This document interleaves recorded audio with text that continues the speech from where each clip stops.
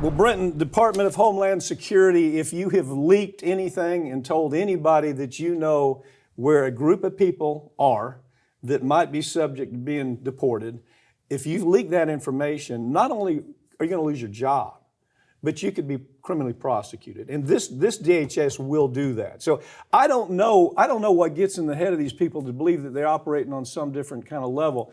But so you have the DHS saying, we're going to get, simple. We're going to do what banks do. We're going to do what local police do. We're going to do what the FBI does. We're going to do what any corporation that has to worry about is the other person being honest with me.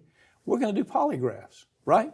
Yeah, so the DHS, we found out through different types of news organizations reporting on it, has now subjected its employees to polygraph tests and are now asking them questions about different times where they feel that information has been leaked about ICE raids that have been ongoing throughout the nation. Mm-hmm. And it's interesting because while polygraph tests are actually used by DHS for gainful employment when they're trying to get people in, they haven't really used it for this. And one thing that's interesting is in the courts themselves, they don't really find polygraph tests to be that good or that efficient. And so normally, unless a defense attorney and a prosecutor or a plaintiff's attorney both agree that a polygraph test can come in, it's inadmissible. And so it's just interesting that they're using this avenue to try to elicit this information out of them. And to some people, it seems like more of a scare technique to make sure that their employees fall into line. Yeah, it is. If you're getting a memo that says, look, we're going to polygraph you every year or every 6 months to find out what you've done. And oh, by the way, if you've done A, B, and C, you're going to be subject to indictment. That's pretty scary stuff. But I mean, here's the difference here in the way this is used. You can't rely simply on the polygraph. Okay, first of all, we're not in court.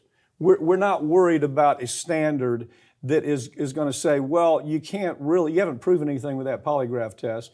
If you're in court, obviously you got a standard of proof you have to reach. Here, it's a process of government, right? We want to see who's playing by the rules and who isn't. So I don't think you can just use the polygraph. You're going to have to find other elements that support the idea that this person might have done something wrong. And I think that's probably what they're going to do is these employees are at risk because these folks are committed to prosecuting these people.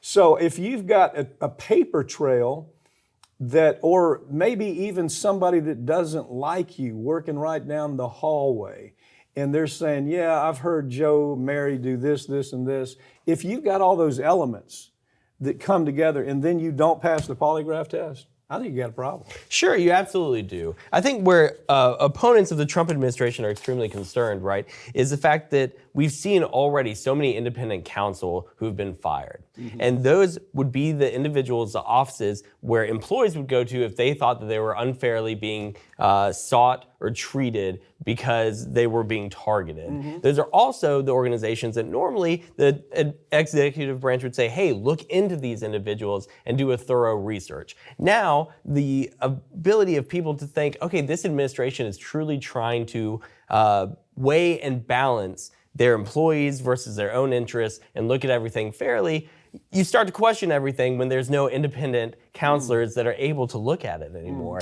And when the actions of the administration make you feel, well, they may really just be looking for people that truly believe in the executive's policies alone. Well, I mean, I come back to the same thing. You know, I used to be a prosecutor, and I've always believed that choices have consequences, right? And so these people choose to say, this is so important to me that I do this. And it's, God bless them. You know, they feel like they're doing the right thing, and to them it fits their life. But the consequence of that is you're certainly going to lose your job, and B, you're probably going to be prosecuted. I think that's where it leaves everything. Certainly, if you break the law, you have to be bound by it. Brenton, I've been watching the last few weeks. You're natural at this. I hope you'll continue. The audience really likes you. So thanks for joining me. Thanks for having me on, Pat.